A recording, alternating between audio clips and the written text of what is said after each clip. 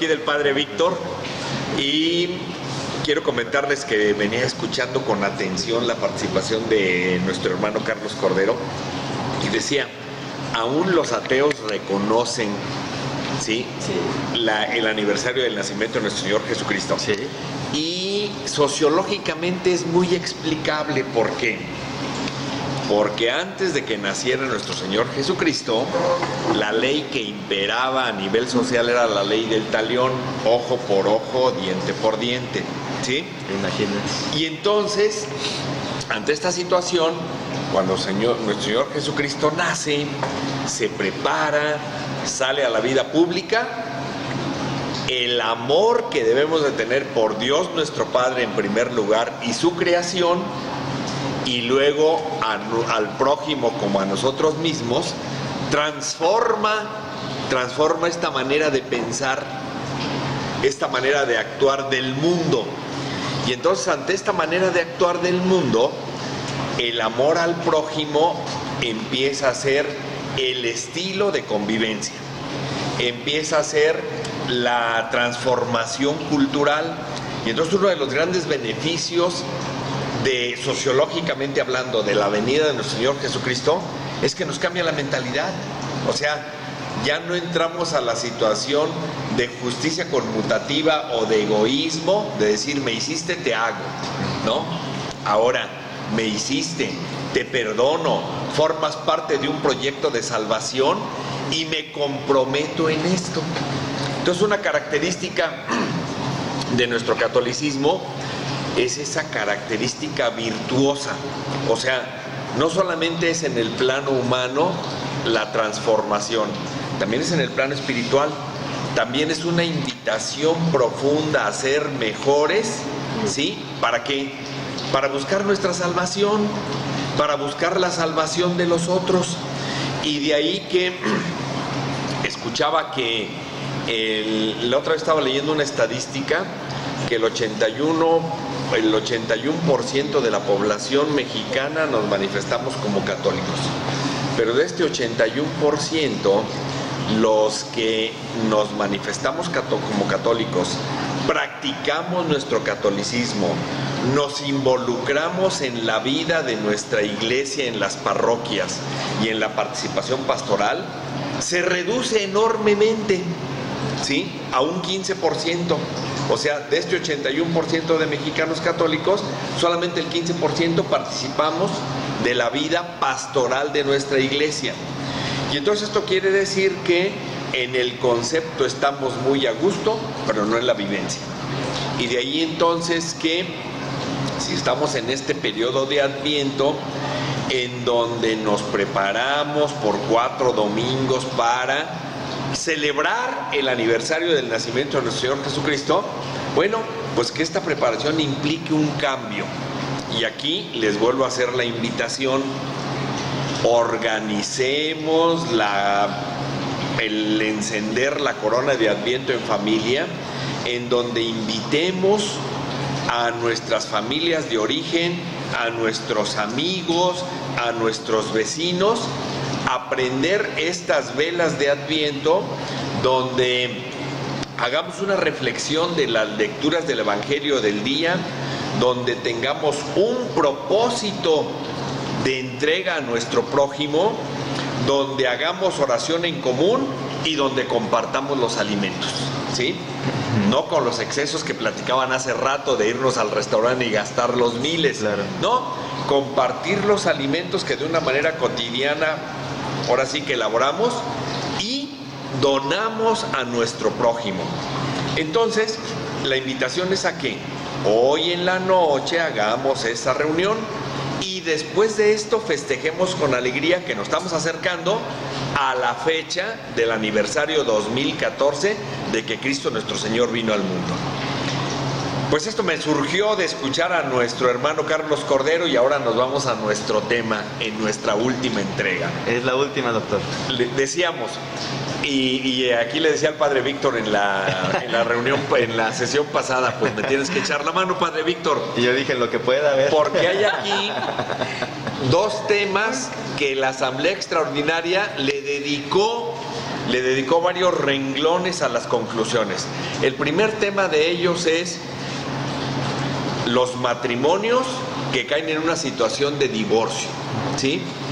En donde una de las conclusiones de esta asamblea es que cuando hay alguien que ilegítimamente, que dolosamente abandona la situación de matrimonio, ¿sí?, no se puede medir con la misma regla al que lo sufre que al que lo provocó, ¿sí? Y entonces aquí, en una invitación de esta asamblea y ahora sí que de nuestro magisterio de la iglesia, es que cuando hay estas situaciones de divorcio, la persona, ¿sí?, abandonada, dicho de otra manera, busque el acogimiento de nuestra iglesia, busque acercarse a la parroquia, busque vivir en situación de castidad, ¿sí? Y ya hemos dicho otras veces la definición de la virtud de la castidad, que es el uso ordenado de la sexualidad. Entonces, vaya, no busque pagarle con la misma moneda a la otra persona. Y si pretende o surge una relación para volver a una vida de matrimonio con otra persona, bueno, pues hay canales en nuestra iglesia que también la Asamblea de Obispos reafirma. Y aquí quiero preguntarle al Padre Víctor, ¿qué es esto del tribunal eclesiástico? ¿Qué es esto de que las personas que pretenden volverse a casar tienen un cauce, ¿sí?, para buscar la nulidad de su matrimonio? Y no porque no haya existido, sino que puede haber algunas causas que lo imposibilitan. Y aquí quisiera hacerle la pregunta al Padre Víctor. Exactamente. Mire, el Tribunal Eclesiástico es la instancia con la que cuenta nuestra iglesia, así como la sociedad civil cuenta con una instancia, que son los tribunales, los juzgados, cuando quieren disolver su matrimonio, bueno, su unión, no significa que la iglesia promueve que se disuelva el matrimonio, sino más bien un proceso que, y preocupantemente cada vez es más solicitado, sí, pero que es posible, es la nulidad matrimonial. La nulidad matrimonial no rompe o no dice, no queremos el matrimonio, vamos a divorciarnos, no equivale a un divorcio, rompe o anula, como su nombre lo dice, anula el vínculo entre esas dos personas por generalmente la falta de la responsabilidad de las dos o de una de ellas, no sé, dado por hechos violentos, porque se casó con engaños, porque no estaban dispuestos a cumplir con las responsabilidades propias del matrimonio con dolo, como ya lo ha dicho el doctor Mosqueda. Desde antes se sabía que había algún impedimento de por medio, y pues pudieron sorteársela para que delante del sacerdote que los evaluó en lo que se llama presentación matrimonial, pues no la dijeran o no salieran. Bueno, en fin, hay diversas causas de nulidad matrimonial, pero la nulidad matrimonial, entonces, insisto, no equivale a un divorcio, es decir, no dice, nos vamos a divorciar, así como nos casamos, nos vamos a divorciar, no, sino solamente es el testigo que dice, este matrimonio no fue válido, o nunca debió de haber existido, ¿verdad? No debió de haber existido, y por tanto, solamente rompe o quita la obligación que se tiene para con la otra persona. Decir, bueno, pues ya no tengo ninguna obligación para la otra persona, porque mira, me pasó un caso muy interesante hace tiempo, y eso es lo más común posible. Personas, si es posible lograr su nulidad matrimonial, sí la es posible, pero si tú estás viviendo con otra persona, entonces no solamente se trata de romper tu nulidad, de anular la unión que tenías anteriormente, sino también de arreglar, ahora que estás liberado, o sea, liberado de toda obligación para con la persona con la que te casaste, liberado para poder establecer un vínculo serio con la persona que ahora estás viviendo.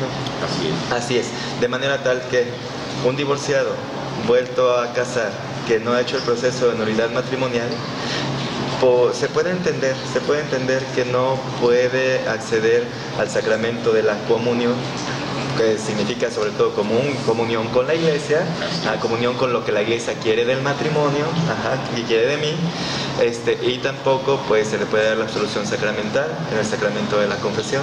Entonces, mientras no esté arreglada su situación y usted sigue viviendo con la persona con la que no se ha casado a la iglesia, no puede hacerlo. El tribunal eclesiástico entonces es esta instancia a la que yo puedo acudir y decir, bueno, desde el principio de mi matrimonio hubo violencia, hubo engaño, hubo mentira, hubo falta de compromiso desde el inicio y yo pues no lo supe. Bueno, puedes acudir y preguntar. Exacto. Ahora, padre, cuando se recurre a estas instancias, ¿es a nivel parroquial o va uno directamente a nivel diocesano? Por ejemplo, claro, en las oficinas de la arquidiócesis, ahí por Pedro Moreno, sé yo que está el tribunal eclesiástico. Ahí está. La persona que tiene esa inquietud por, digamos, darle los cauces legales y normales en nuestra iglesia, ¿acude directamente? Mira, generalmente la recomendación es que lo hagan por medio de su parroquia, que el párroco sea el que los escuche, el que los atienda, el que discierna si su causa es realmente o tiene realmente algunas implicaciones para que se pueda dar la nulidad matrimonial o no, porque hay también como casos que yo los he presentado, ¿no? Sí. Oye, ¿por qué se quieren dejar? Es que tuvimos problemas. ¿Y quién te dijo que en el matrimonio no ibas a tener problemas, no? Así es. Bueno, hay casos de gravedad en los que sí amerita ir al tribunal eclesiástico y hay otros casos que pues no tiene, o sea, bueno, así vaya la redundancia, no tiene caso acudir a él. Sin embargo, si tú lo has hecho ya por medio de tu parroquia y tú no ves ninguna respuesta por medio de tu parroquia, nada obsta, nada impide que pueda ir al tribunal eclesiástico directamente. Aquí en nuestra diócesis, ya dijo el doctor Mosqueda, está ubicado en las mismas instalaciones donde se ubican las oficinas del arzobispado, en Pedro Moreno, no me acuerdo el número ahorita, 312, sí, ¿verdad? 312, Pedro Moreno 312, en la plena zona centro. Así es. Y entonces sí, pedir una cita o acudir al tribunal, con los jueces del tribunal o con la secretaria que está en el tribunal y pues sí, pedir una cita, lo más recomendable, pedir una cita porque primero se tiene que ver cómo está el caso. No se trata de que ya llegué, hice mi petición y ya me tienen que dar. Claro, claro. Así es. Bueno, incluso aquí una de las conclusiones de esta asamblea extraordinaria es la petición a todos los obispos para que tengan un organismo como el Tribunal Eclesiástico. Aquí en nuestra arquidiócesis contamos con la ventaja de que es un grupo de sacerdotes, ¿sí? Y inclusive hay algunos laicos que también participan en él. Grupo de sacerdotes, grupo de laicos y grupo de religiosas. Corde Jesús, recuerdo la orden. Entonces, vaya, no quiere decir esto que nos vayamos por la libre. O sea, si hay esta situación dolorosa, nada deseable del rompimiento de la relación matrimonial, ¿sí? Bueno, pues busquen la manera de que por los cauces que nuestra iglesia tiene establecido, volver a tener acceso a este sacramento del matrimonio y no solamente a rejuntarse, como dicen, ¿verdad? ¿Por qué? Porque esto crea una incertidumbre y una insatisfacción. ¿Por qué? Porque estamos contra nuestros principios y contra nuestra fe. Entonces hay maneras. Una de las conclusiones entonces es que busquemos ese cauce religioso legal y por eso nuestra iglesia no generaliza en ese aspecto. ¿Por qué? Porque los seres humanos somos tan únicos y tan diversos que entonces conviene analizar cada situación en particular y la mejor manera es acercarse con los sacerdotes de su parroquia. Ahora, aquí quiero dar un argumento. Muchas veces hay un argumento sofismático. El sofismático es que es una parte de verdad para argumentar una mentira. Claro. El argumento sofismático es que muchas gentes pensamos, ¿cómo voy a ir con un sacerdote si él no ha vivido esta situación de matrimonio? ¿Sí? Pero hay algo que aquí les quiero recordar. Para ser un buen médico no se necesita padecer todas las enfermedades, ¿sí? Se necesita estudiarlas, se necesita escucharlas, se necesita comprenderlas. Y algo que tienen nuestros sacerdotes es que tienen una gran experiencia en el estudio, en la escucha, en la comprensión lo que hace que no necesariamente se tenga que vivir la situación matrimonial para entenderla, ¿sí? ¿Por qué? Porque han dedicado su vida a la escucha, al perdón. Y en ese perdón nos llevan uno y miles de kilómetros de experiencia. Entonces, bueno, pues tengamos la disposición y la confianza para ir a escuchar, para que nos escuchen ante estos problemas. Sí, padre. Yo diría, doctor, y antes de llegar a este recurso, antes de acudir a este recurso, que es yo quiero mi nulidad matrimonial, ¿verdad? Es como si fuera el divorcio civil. Claro. Y inclusive, antes de recurrir al divorcio civil, yo creo que se tienen que agotar todos los medios dentro del matrimonio, ¿verdad? Decía una de las conclusiones, doctor, y me llamó la atención, en la pareja, en el vínculo conyugal, se tiene que acrecentar cada vez más el vínculo conyugal como un camino de maduración, cada vez más profunda, en donación, en comprensión del otro. Entonces, no es que de noche a la mañana tan solo por casarte con otra persona signifique que ya vas a vivir feliz para siempre. No significa eso, tienen que verlo como un camino de maduración, y cuando maduramos vamos también profundizando en el conocimiento de la otra persona, y cuando conocemos a la otra persona y hay cosas que no nos gustan, pues generalmente va a haber este tipo de rencillas o de desacuerdos, de disgustos. Pero ahí mismo se tienen que buscar los medios, en el hogar mismo se tienen que buscar los medios para comprendernos, para comunicárnoslo, para decírnoslo de una manera generosa, de aprender a escuchar al otro, de aprender a ponerme en el lugar del otro. Ya lo ha dicho mucho el doctor también, ponerme en el lugar del otro. Entonces no se necesita llegar a un tribunal eclesiástico en todos los casos que tengamos problemas. A que me resuelvan las situaciones. Sí, exactamente. Bueno, aquí hay una conclusión importante también de esta asamblea, que nuestros señores obispos sugieren que los matrimonios que ya tenemos años, ¿sí?, de ventaja sobre los nuevos matrimonios, nos pongamos a su disposición para compartir experiencias, para orientar y para guiar en esta situación, que la convivencia humana no siempre es lo más fácil, que la convivencia humana, si no se tiene con principios de fe, con principios de doctrina, con principios ideológicos, bueno, pues es como navegar sin una meta. Y entonces, como dice el dicho, cualquier ventisca nos parece una tormenta. Entonces, aquí una sugerencia de nuestros señores obispos es que los matrimonios que tenemos ya años de ventaja, pongamos a disposición de los nuevos matrimonios como una actitud pastoral la orientación. Y entonces aquí la invitación es a que los matrimonios, los padres de origen, dicho de otra manera, los suegros, los tíos, bueno, nos pongamos en una actitud de comprensión y acompañamiento con los matrimonios nuevos para ayudarles a solventar de repente estas situaciones de crisis. Estas situaciones de crisis, cuando no se recibe la ayuda orientadora y serena y sensata, se convierten en una bola de nieve. Y entonces aquí la invitación también es para los matrimonios jóvenes: consulten con las personas que les llevan años de ventaja, pero consúltenlo con una manera inteligente que les permita discernir si el consejo los está orientando realmente o el consejo los está asumiendo, porque también no quiere decir que la ventaja en los años nos haga sabios. Entonces recurran a matrimonios sabios. Y aquí yo me recuerdo, alguna vez fui yo al aniversario de un matrimonio donde le decían: ¿cómo es posible que usted haya llegado a 60 años de matrimonio?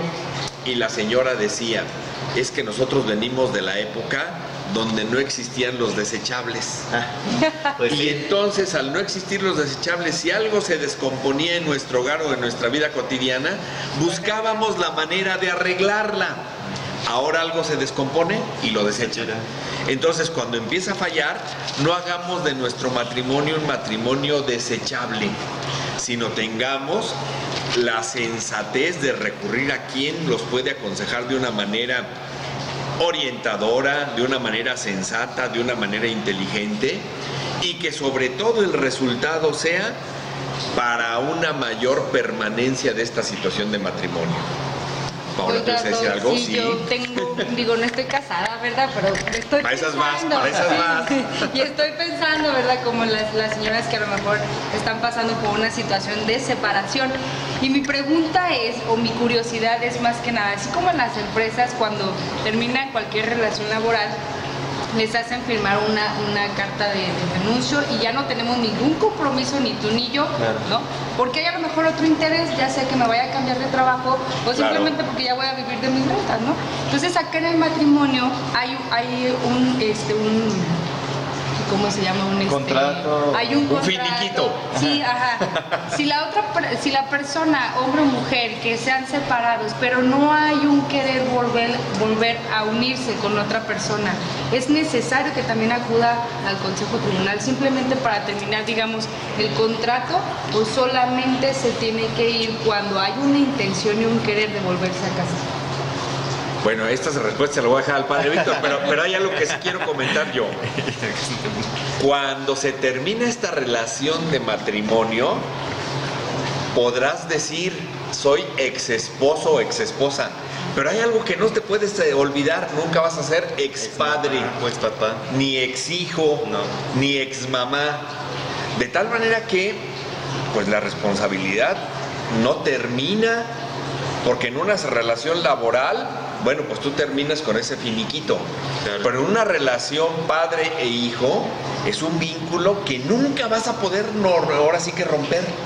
Es un vínculo que, aunque sacramentalmente no se pueda continuar con la situación de matrimonio, aunque legalmente no se pueda continuar con la situación de matrimonio, bueno, de sangre, de responsabilidad, de compromiso por entregar a la sociedad hombres y mujeres de bien, de buscar la salvación de nuestros hijos, eso no se rompe. Entonces, aquí hay una invitación a aquellas parejas que irresponsablemente él o ella dicen adiós y ahí nos vemos, sí. ¿Sí? ¿Por qué? Porque el vínculo sigue. Y entonces, ese vínculo nos da una responsabilidad extra. Entonces no hay que ser irresponsables en esta situación de matrimonio. ¿Vale? Diría la palabra de Dios, lo que Dios unió, que no lo separe el hombre. Ajá. Y por eso también a los que aún han sufrido la pena de divorciarse civilmente, no por eso les obliga a que estén divorciados de la iglesia, como quien dice, ¿verdad? O estén divorciados, porque se puede pensarse esto, yo me divorcié civilmente, ahora es una obligación que yo tengo también hacer la nulidad de mi matrimonio.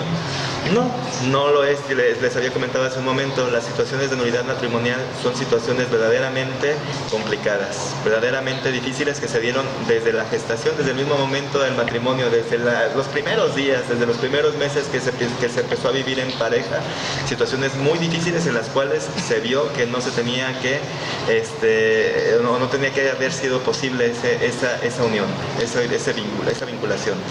Entonces yo diría, pues, no ver al tribunal eclesiástico como un tribunal civil, aunque le digo que se asemeja, ¿verdad? Se asemeja como estructura, como instancia, sí, pero no verlo, ¿verdad? No decir, tengo que entonces acudir a él cuando me divorcio.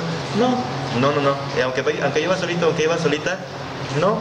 O sea, tú ya te dejaron, o eres divorciada, o en fin, o divorciado, pero no implica que tu caso tenga que ser también estudiado por el tribunal para que tú quedes libre de ese vínculo y que tú tengas que andar buscando a la persona que entonces sí te comprenda, que sí te quiera, que tengo que rehacer mi vida, ¿verdad? Tu vida o la etapa difícil que tuviste con tu pareja es parte de tu vida también, es parte de tu historia, es parte de tu maduración como mujer.